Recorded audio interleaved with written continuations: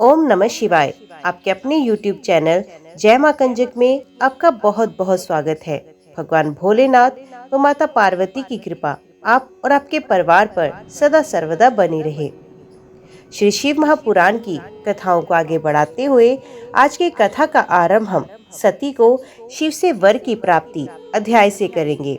उम्मीद करती हूँ कथा का पूरा फल लेने के लिए आप कथा को शुरू से लेकर अंत तक जरूर श्रवण करेंगे। ओम नमः शिवाय। ब्रह्मा जी और नारद जी का संवाद। ब्रह्मा जी कहते हैं, हे नारद, सती ने आश्विन मास के शुक्ल पक्ष की अष्टमी को उपवास किया। नंदा व्रत के पूर्ण होने पर जब वे भगवान शिव के ध्यान में मगन थी तो भगवान शिव ने उन्हें प्रत्यक्ष दर्शन दिए। भगवान शिव का रूप अत्यंत मनोहारी था। उनके 5 मुख थे और प्रत्येक मुख पे 3 नेत्र थे। मस्तक पर चंद्रमा शोभित था। उनके कंठ में नील चिन्ह था। उनके हाथ में त्रिशूल, ब्रह्मकपाल, वर तथा अभय था। उन्होंने पूरे शरीर पर भस्म लगा रखी थी। गंगा जी उनके मस्तक की शोभा बढ़ा रही थी। उनका मुख करोड़ों चंद्रमाओं के समान प्रकाशमान था। सती ने उन्हें प्रत्यक्ष रूप में अपने सामने पाकर उनके चरणों की वंदना की। उस समय लज्जा और शर्म के कारण उनका सर नीचे की ओर झुक गया। तपस्या का फल प्रदान करने के लिए शिव बोले, उत्तम व्रत का पालन करने वाली हे दक्ष नंदिनी, मैं तुम्हारी तपस्या से बहुत प्रसन्न हूँ। इसलिए तुम्हारी मनोकामना को पूरा करने के लिए स्वयं यहाँ प्रकट हुआ हूँ। अतः तुम्हारे मन में जो भी इच्छा हो, तुम्हारी जो भी कामना हो, जिसके वशीभूत होकर तुमने इतनी घोर तपस्या की, वे मुझे बताओ, मैं उसे अवश्य ही पूर्ण करूँगा। ब्रह्मा जी कहते हैं, हे मुनि, जगदीश्वर महादेव जी ने सती के मनोभाव को समझ लिया था। फिर भी सती से बोले, देवी वर मांगो। देवी सती शर्म से सर झुकाए खड़ी थी। वे चाहकर भी कुछ नहीं कह पा रही थी। भगवान शिव के वचन सुनकर सती प्रेम में मगन हो गई थी। शिव जी बार बार सती से वर मांगने के लिए कह रहे थे। तब देवी सती ने महादेव जी से कहा, हे वर देने वाले प्रभु, मुझे मेरी इच्छा के अनुसार ही वर दीजिए। इतना कहकर देवी चुप हो गई। जब भगवान शिव ने देखा कि देवी सती लज्जावश कुछ नहीं कह पा रही, तो वे स्वयं उनसे बोले, हे देवी, तुम मेरी अर्धांगिनी बनो। ये सुनकर सती अत्यंत प्रसन्न हुई, क्योंकि उन्हें अपने मनोवांछित फल की प्राप्ति हुई। वे अपने हाथ जोड़कर और मस्तक को झुकाकर भक्त वत्सल शिव के चरणों की वंदना करने लगी। सती बोली, हे देवादिदेव महादेव, प्रभु आप मेरे पिता को कहकर वैवाहिक विधि से पानी ग्रहण करें। ब्रह्मा जी बोले, नारद, सती की बात सुनकर शिव जी ने उन्हें ये आश्वासन दिया कि ऐसा ही होगा। तब देवी सती ने भगवान शिव को हर्ष एवं मोह से देखा और उनसे आज्ञा लेकर अपने पिता के घर चली गई। भगवान शिव कैलाश पर लौट गए और देवी सती का स्मरण करते हुए उन्होंने मेरा चिंतन किया। शिव जी के स्मरण करने पर मैं तुरंत कैलाश की ओर चल दिया। मुझे देखकर भगवान शिव बोले, ब्राह्मण दक्ष कन्या सती ने बड़ी भक्ति से मेरी आराधना की। उनके नंदा व्रत के प्रभाव से और आप सब देवताओं की इच्छाओं का सम्मान करते हुए मैंने देवी सती को उनका मनोवांछित वर प्रदान किया है। देवी ने मुझसे ये वर मांगा कि मैं उनका पति हो जाऊं। उनके वर के अनुसार मैंने सती को अपनी पत्नी के रूप में प्राप्त करने का वर दे दिया है। वर प्राप्त करके वे बड़ी प्रसन्न हुई तथा उन्होंने मुझसे प्रार्थना की कि मैं उनके पिता प्रजापति दक्ष के समक्ष देवी सती से विवाह करने का प्रस्ताव रखूं और पाणी ग्रहण कर उनका वर्ण करूं। उनके विनम्र अनुरोध को मैंने स्वीकार किया है। इसलिए मैंने आपको यहाँ बुलाया कि आप प्रजापति दक्ष के घर जाकर उनसे देवी सती का कन्यादान मुझसे करने का अनुरोध करें। भगवान शिव की आज्ञा से मैं बहुत प्रसन्न हुआ और मैंने उनसे कहा, भगवान, मैं धन्य हो गया जो आपने हम सभी देवी देवताओं के अनुरोध को स्वीकार कर देवी सती को अपनी पत्नी बनाना स्वीकार करने और इस कार्य को पूरा करने के लिए मुझे चुना। मैं आपकी आज्ञा अनुसार अभी प्रजापति दक्ष के घर जाता हूँ तथा उन्हें आपका संदेश सुनाकर देवी सती का हाथ आपके लिए मांगता हूँ। ये कहकर मैं वेगशाली रथ से दक्ष के घर की ओर चल दिया। नारद जी ने पूछा, हे पितामह, पहले आप मुझे ये बताइए कि देवी सती के घर लौटने पर क्या हुआ? दक्ष ने उनसे क्या कहा और क्या किया? ब्रह्मा जी नारद जी के प्रश्न का उत्तर देते हुए बोले, जब देवी सती तपस्या पूर्ण होने पर अपनी इच्छा के अनुरूप भगवान शिव से वर पाकर अपने घर लौटी तो उन्होंने श्रद्धा पूर्वक अपने माता पिता को प्रणाम किया। उन्होंने अपनी सहेली द्वारा अपने माता पिता को ये सूचना दी कि उन्हें भगवान शिव से वरदान की प्राप्ति हो गई है। वे सती की तपस्या से बहुत प्रसन्न हुए हैं और उन्हें अपनी पत्नी के रूप में प्राप्त करना चाहते हैं। ये सुनकर प्रजापति दक्ष और उनकी पत्नी बहुत प्रसन्न हुए। उन्होंने आनंदित होकर बड़े उत्सव का आयोजन किया। उन्होंने ब्राह्मणों को भोजन कराया और उन्हें दक्षिणा दी। उन्होंने गरीबों और दीनों को दान दिया। कुछ समय बीतने पर प्रजापति दक्ष को उन्हें चिंता से होने लगी कि अपनी पुत्री का विवाह भगवान शिव से कैसे करें, क्योंकि वे अब तक मेरे पास सती का हाथ मांगने आए ही नहीं। इस प्रकार प्रजापति दक्ष चिंता मगन हो गए, लेकिन उन्हें ऐसी चिंता ज्यादा दिनों तक नहीं करनी पड़ी। शिव तो कृपा के सागर और करुणा की खान है, तब वे कैसे चिंतित रह सकते हैं जिसकी पुत्री ने तप द्वारा शिव का वर्ण किया है। जब मैं सरस्वती सहित उनके घर उपस्थित हो गया तब मुझे देखकर उन्होंने मुझे प्रणाम किया और बैठने के लिए आसन दिया। तत्पश्चात दक्ष ने मेरे आने का कारण पूछा तो मैंने अपने आने का प्रयोजन बताते हुए कहा, हे प्रजापति दक्ष, मैं भगवान शिव की आज्ञा से आपके घर आया हूँ। मैं देवी सती का हाथ महादेव जी के लिए मांगने आया हूँ। सती ने उत्तम आराधना करके भगवान शिव को प्रसन्न कर उन्हें अपने पति के रूप में प्राप्त करने का वर प्राप्त किया है। और तुम शीघ्र ही सती का पाणी ग्रहण शिव के साथ कर दो। नारद, मेरी ये बातें सुनकर दक्ष बहुत प्रसन्न हुआ। उसने हर्षित मन से इस विवाह के लिए अपनी स्वीकृति दे दी। तब मैं प्रसन्न मन से कैलाश पर्वत पर चला गया। वहाँ भगवान शिव मेरी उत्सुकता से प्रतीक्षा कर रहे थे। वहीं दूसरी ओर प्रजापति दक्ष, उनकी पत्नी और पुत्री सती विवाह प्रस्ताव आने पर हर्ष से विभोर हो रहे थे। नारद, जब मैं कैलाश पर्वत पर भगवान शिव को प्रजापति दक्ष की स्वीकृति की सूचना देने पहुंचा तो वे उत्सुकता पूर्वक मेरी ही प्रतीक्षा कर रहे थे। तब मैंने महादेव जी से कहा, हे भगवान, दक्ष ने कहा है कि वे अपनी पुत्री सती का विवाह भगवान शिव से करने को तैयार हैं, क्योंकि सती का जन्म महादेव जी के लिए ही हुआ है। ये विवाह होने पर उन्हें सबसे अधिक प्रसन्नता होगी। उनकी पुत्री सती ने महादेव जी को पति रूप में प्राप्त करने हेतु ही उनकी घोर तपस्या की है। उन्हें इस बात की भी खुशी है कि मैं स्वयं आपकी आज्ञा से उनकी पुत्री के लिए आपका अर्थात भगवान शिव का विवाह प्रस्ताव लेकर वहां गया। उन्होंने कहा, हे पितामह, उनसे कहिए कि वे शुभ लगन और मुहूर्त में अपनी बारात लेकर स्वयं आए। मैं अपनी पुत्री का कन्यादान सहर्ष महादेव जी को कर दूंगा। हे भगवान, दक्ष ने मुझसे ये बात कही है, इसलिए आप शुभ मुहूर्त देखकर शीघ्र ही उनके घर चले और देवी सती का वरण करें। हे नारद, मेरे ऐसे वचन सुनकर शिवजी ने कहा, हे संसार की सृष्टि करने वाले ब्रह्मा जी, मैं तुम्हारे और नारद जी के साथ ही प्रजापति दक्ष के घर चलूंगा। इसलिए ब्रह्मा जी, आप नारद और अपने मानस पुत्रों का स्मरण कर उन्हें यहाँ बुला ले। साथ ही मेरे पार्षद भी दक्ष के घर चलेंगे। नारद, तब भगवान शिव की आज्ञा पाकर मैंने तुम्हारा और अपने अन्य मानस पुत्रों का स्मरण किया। उन तक मेरा संदेश पहुंचते ही वे तुरंत कैलाश पर्वत पर उपस्थित हो गए। उन्होंने हर्षित मन से महादेव जी को और मुझे प्रणाम किया। तत्पश्चात शिवजी ने भगवान श्री हरि विष्णु का स्मरण किया। भगवान विष्णु देवी लक्ष्मी के साथ अपने विमान गरुड़ पर बैठकर वहां आ गए। चैत्र मास के शुक्ल पक्ष की त्रयोदशी तिथि में रविवार को पूर्वा फाल्गुनी नक्षत्र में त्रिलोकीनाथ भगवान शिव की बारात धूमधाम से कैलाश पर्वत से निकली।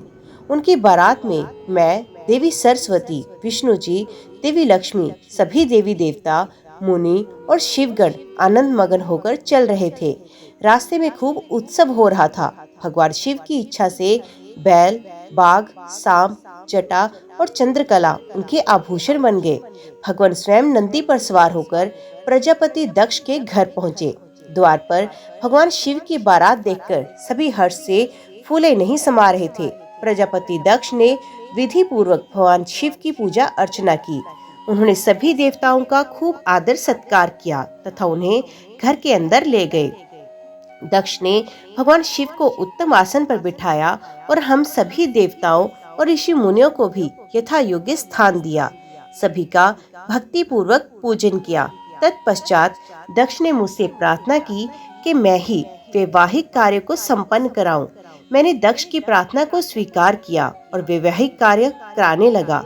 शुभ लगन और शुभ मुहूर्त देखकर प्रजापति दक्ष ने अपनी पुत्री सती का हाथ भगवान शिव के हाथों में सौंप दिया और विधि विधान से पाणी ग्रहण संस्कार संपन्न कराया। उस समय वहाँ बहुत बड़ा उत्सव हुआ और नाच गाना भी हुआ। सभी आनंद मगन थे। हम सभी देवी देवताओं ने भगवान शिव और देवी सती की बहुत स्तुति की और उन्हें भक्ति पूर्वक प्रणाम किया। भगवान शिव और सती का विवाह हो जाने पर उनके माता पिता बहुत प्रसन्न हुए और महादेव जी को अपनी कन्या का दान कर प्रजापति दक्ष कृतार्थ हो गए। महेश्वर का विवाह होने का पूरा संसार मंगल उत्सव मनाने लगा। नारद कन्यादान करके दक्ष ने भगवान शिव को अनेक उपहार प्रदान किए। उन्होंने सभी ब्राह्मणों को भी दान दक्षिणा दी। तत्पश्चात भगवान विष्णु अपनी पत्नी लक्ष्मी जी के सहित भगवान शिव के समक्ष हाथ जोड़कर खड़े हो उनकी आराधना करने लगे। वे बोले, हे दयासागर महादेव जी, आप संपूर्ण जगत के पिता हैं और देवी सती सबकी माता हैं। भगवान, आप दोनों ही अपने भक्तों की रक्षा के लिए और दुष्टों का नाश करने के लिए अनेक अवतार धारण करते हैं। इस प्रकार उन्होंने शिव सती की बहुत स्तुति की। नारद, मैं उनके पास आकर विधि के अनुसार फेरे कराने लगा। ब्राह्मणों की आज्ञा और मेरे सहयोग से सती और भगवान शिव ने विधि पूर्वक अग्नि के फेरे लिए। उस समय वहाँ बहुत अद्भुत उत्सव किया जा रहा था। वहाँ विभिन्न प्रकार के बाजे और शहनाइयाँ बज रही थी। स्त्रियां मंगल गीत गा रही थी और खुशी से सभी नृत्य कर रहे थे। तत्पश्चात भगवान विष्णु बोले, सदाशिव, आप संपूर्ण प्रकृति के रचयिता हैं। आपका स्वरूप ज्योतिर्मय है। ब्रह्मा जी, मैं, रुद्रदेव आपके ही रूप है। हम सभी सृष्टि की रचना, पालन और संहार करते हैं। हे प्रभु, हम सब आपका ही अंश हैं। प्रभु, आप आकाश के समान सर्वव्यापी और ज्योतिर्मय हैं। जिस प्रकार हाथ, कान, नाक, मुंह, सिर आदि शरीर के विभिन्न रूप हैं, उसी प्रकार हम सब भी आपके शरीर के ही अंग हैं। आप निर्गुण निराकार हैं। समस्त दिशाएं आपकी मंगल कथा कहती हैं। सभी देवी देवता और ऋषि मुनि आपके ही चरणों की वंदना करते हैं। आपकी महिमा का वर्णन करने में मैं असमर्थ हूँ। भगवान, यदि हम सबसे कुछ गलती हो गई हो तो कृपया उसे क्षमा करें और प्रसन्न हो। ब्रह्मा जी बोले, इस प्रकार श्री हरि ने भगवान शिव की बहुत स्तुति की। उनकी स्तुति सुनकर भगवान शिव बहुत प्रसन्न हुए। विवाह की सभी रीतियों के पूर्ण होने पर हम सभी ने महादेव जी एवं देवी सती को बधाइयाँ दी तथा उनसे प्रार्थना की कि वे अपनी कृपा दृष्टि सदैव सभी पर बनाए रखें, वे जगत का कल्याण करें। तत्पश्चात भगवान शिव ने मुझसे कहा, हे ब्राह्मण, आपने मेरा वैवाहिक कार्य संपन्न कराया है, अतः आप ही मेरे आचार्य हैं। आचार्य को कार्य सिद्धि के लिए दक्षिणा अवश्य दी जाती है, इसलिए आप मुझे बताइए कि मैं दक्षिणा में आपको क्या दूं। महाभाग, आप जो भी मांगेंगे मैं उसे अवश्य ही दूंगा। मुने, भगवान शिव के इस प्रकार के वचन सुनकर मैं हाथ जोड़कर उनके सामने खड़ा हो गया। मैंने उन्हें प्रणाम करके कहा, हे देवेश, यदि आप मुझे अपना आचार्य मानकर कोई वर देना चाहते हैं तो मैं आपसे ये वर मांगता हूँ कि आप सदा इसी रूप में इसी वेदी पर विराजमान रहकर अपने भक्तों को दर्शन दें। इस स्थान पर आपके दर्शन करने से सभी पापियों के पाप धुल जाएं। आपके यहाँ विराजमान होने से मुझे आपका साथ प्राप्त हो जाएगा। मैं इस वेदी के पास आश्रम बनाकर यहाँ निवास करूँगा और तपस्या करूँगा। हे प्रभु, मेरी यही इच्छा है। चैत्र मास के शुक्ल पक्ष की त्रयोदशी को पूर्वा फाल्गुन नक्षत्र में रविवार के दिन जो भी मनुष्य भक्ति भाव से आपका दर्शन करे उसके सभी पाप नष्ट हो जाए, रोगी मनुष्य के सभी रोग दूर हो जाए।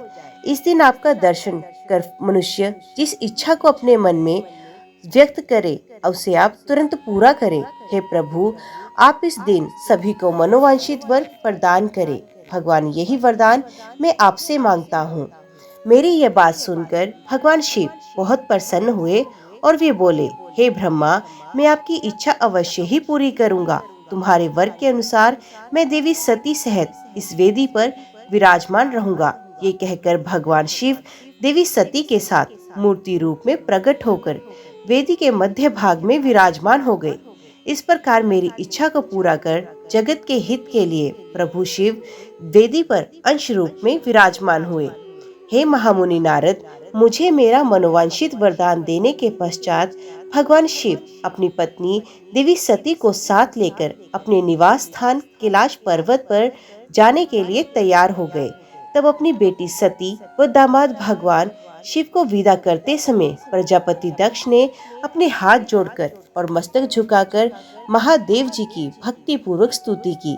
साथ ही श्री हरि सहित सभी देवी देवताओं और ऋषि मुनियों ने हर्ष से प्रभु का जय जयकार किया। भगवान शिव ने अपने ससुर प्रजापति दक्ष से आज्ञा लेकर अपनी पत्नी को अपनी सवारी नंदी पर बैठाया और स्वयं भी उस पर बैठकर कैलाश पर्वत की ओर चले गए। उस समय वृषभ पर बैठे भगवान शिव व सती की शोभा देखते ही बनती थी। उनका रूप मनोहारी था। सब मंत्रमुग्ध होकर उन दोनों को जाते हुए देख रहे थे। प्रजापति दक्ष और उनकी पत्नी अपनी बेटी व दामाद के अनोखे रूप पर मोहित हो उन्हें एकटक देखे जा रहे थे। उनकी विदाई पर चारों ओर मंगल गीत गाए जा रहे थे।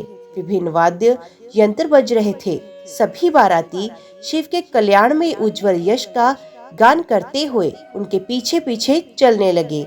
भगवान शिव देवी सती के साथ अपने निवास कैलाश पर पहुँचे।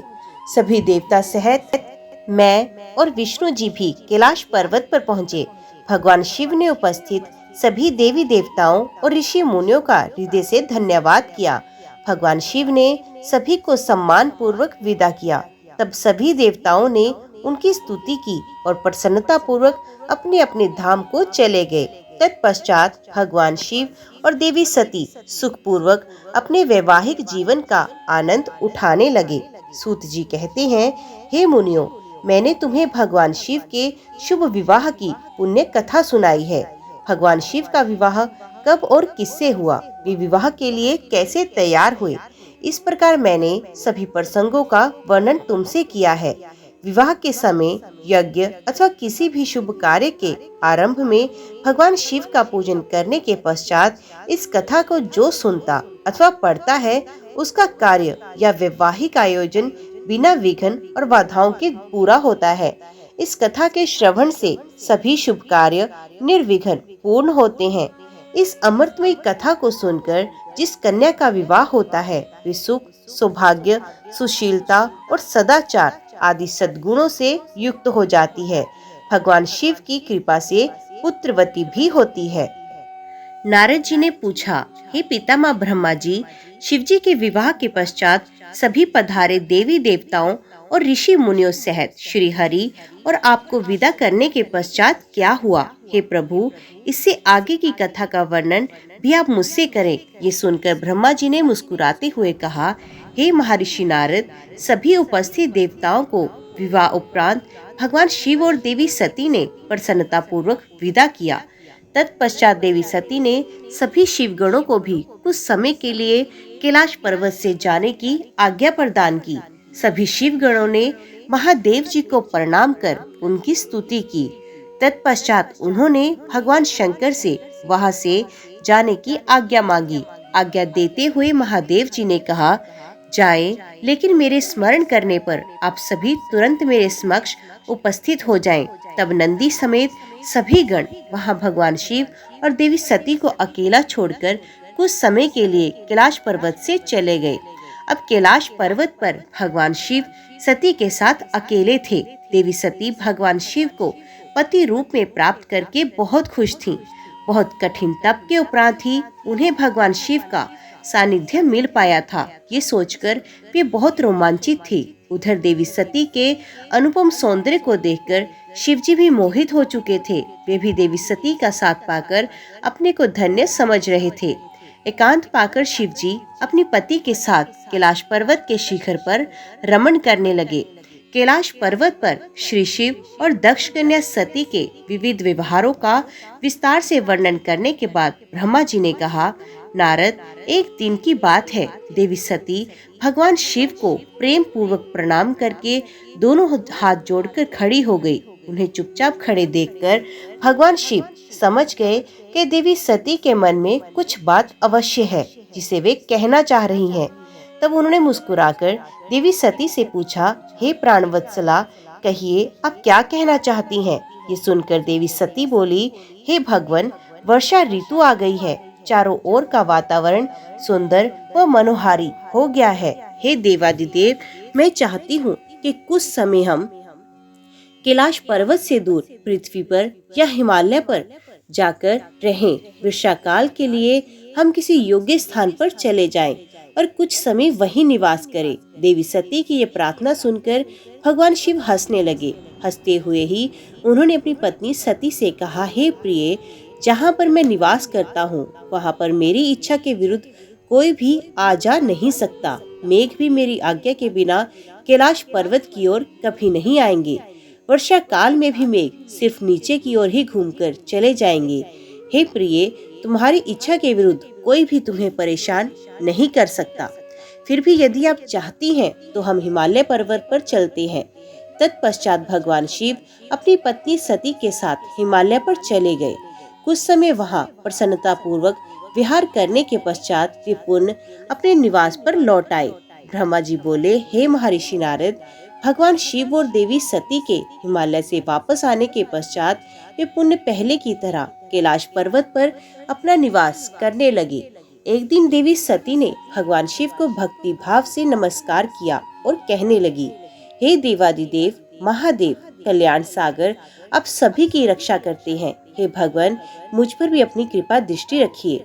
प्रभु, आप परम पुरुष और सबके स्वामी हैं। आप रजोगुण, तमोगुण और सत्वगुण से दूर हैं। आपको पति रूप में पाकर मेरा जन्म सफल हो गया। हे करुणा निधान, आपने मुझे हर प्रकार का सुख दिया तथा मेरी हर इच्छा को पूरा किया, परंतु अब मेरा मन तत्व खोज रहा करता है। मैं उस परम तत्व का ज्ञान प्राप्त करना चाहती हूँ जो सभी को सुख प्रदान करने वाला है, जिसे पाकर जीव संसार के दुखों और मोह माया से मुक्त हो जाता है और उसका उद्धार हो जाता है। प्रभु, मुझ पर कृपा कर आप मेरा ज्ञान वर्धन करें।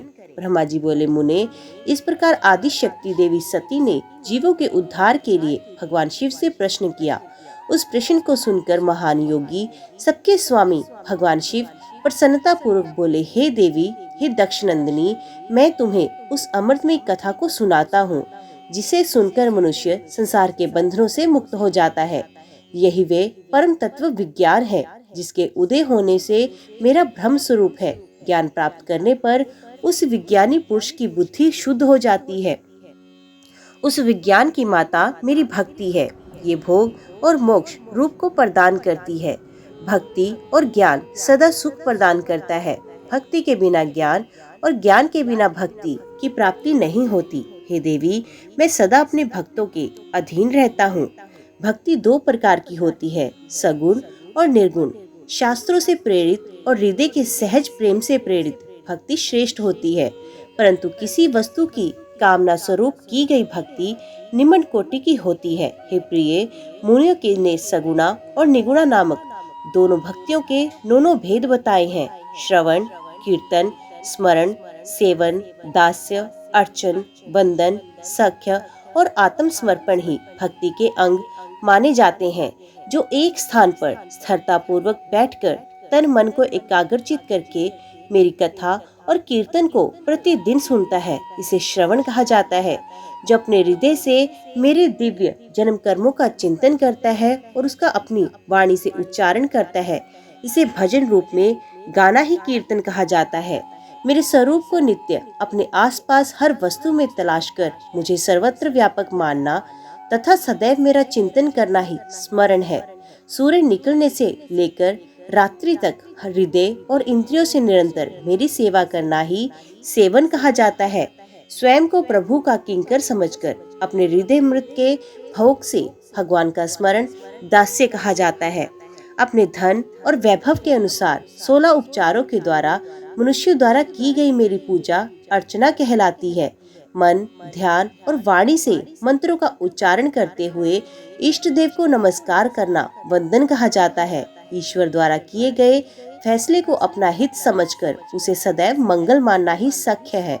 मनुष्य के पास जो भी वस्तु है वे भगवान की प्रसन्नता के लिए उनके चरणों में अर्पण कर उन्हें समर्पित कर देना आत्मसमर्पण कहलाता है। भक्ति के ये 9 अंग भोग और मोक्ष प्रदान करने वाले हैं। ये सभी ज्ञान के साधन मुझे प्रिय है। मेरी सांगोपांग भक्ति और वैराग्य को जन्म देती है। इससे सभी अभीष्ट फलों की प्राप्ति होती है। मुझे मेरे भक्त बहुत प्यारे हैं। तीनों लोक और चारों युगों में भक्ति के समान दूसरा कोई नहीं, कोई सुखदायक मार्ग नहीं। कलयुग में जब ज्ञान और वैराग्य का ह्रास हो जाएगा तब भी भक्ति ही शुभ फल प्रदान करने वाली होगी। मैं सदा ही अपने भक्तों के वश में रहता हूँ। मैं अपने भक्तों की विपरीत परिस्थिति में सदैव सहायता करता हूँ और उसके सभी कष्टों को दूर करता हूँ। मैं अपने भक्तों का रक्षक हूँ। ब्रह्मा जी बोले, नारद, देवी सती को भक्त और भक्ति का महत्व सुनकर बहुत प्रसन्नता हुई। उन्होंने शिव को प्रणाम किया और पुण्य शास्त्रों के बारे में पूछा। ये वे जानना चाहती थी कि सभी जीवों का उद्धार करने वाला, उन्हें सुख प्रदान करने वाला, सभी साधनों का प्रतिपादक शास्त्र कौन सा है। वे ऐसे शास्त्र का महात्म्य सुनना चाहती थी। सती का प्रश्न सुनकर शिवजी ने प्रसन्नता पूर्वक सब शास्त्रों के विषय में देवी सती को बताया। महेश्वर ने 5 अंगों सहित तंत्र शास्त्र, यंत्र शास्त्र तथा सभी देवेश्वरों की महिमा का वर्णन किया। उन्होंने इतिहास की कथा भी सुनाई, पुत्र और स्त्री के धर्म की महिमा भी बताई। मनुष्य को सुख प्रदान करने वाले वैदिक शास्त्र तथा ज्योतिष शास्त्र का भी वर्णन किया।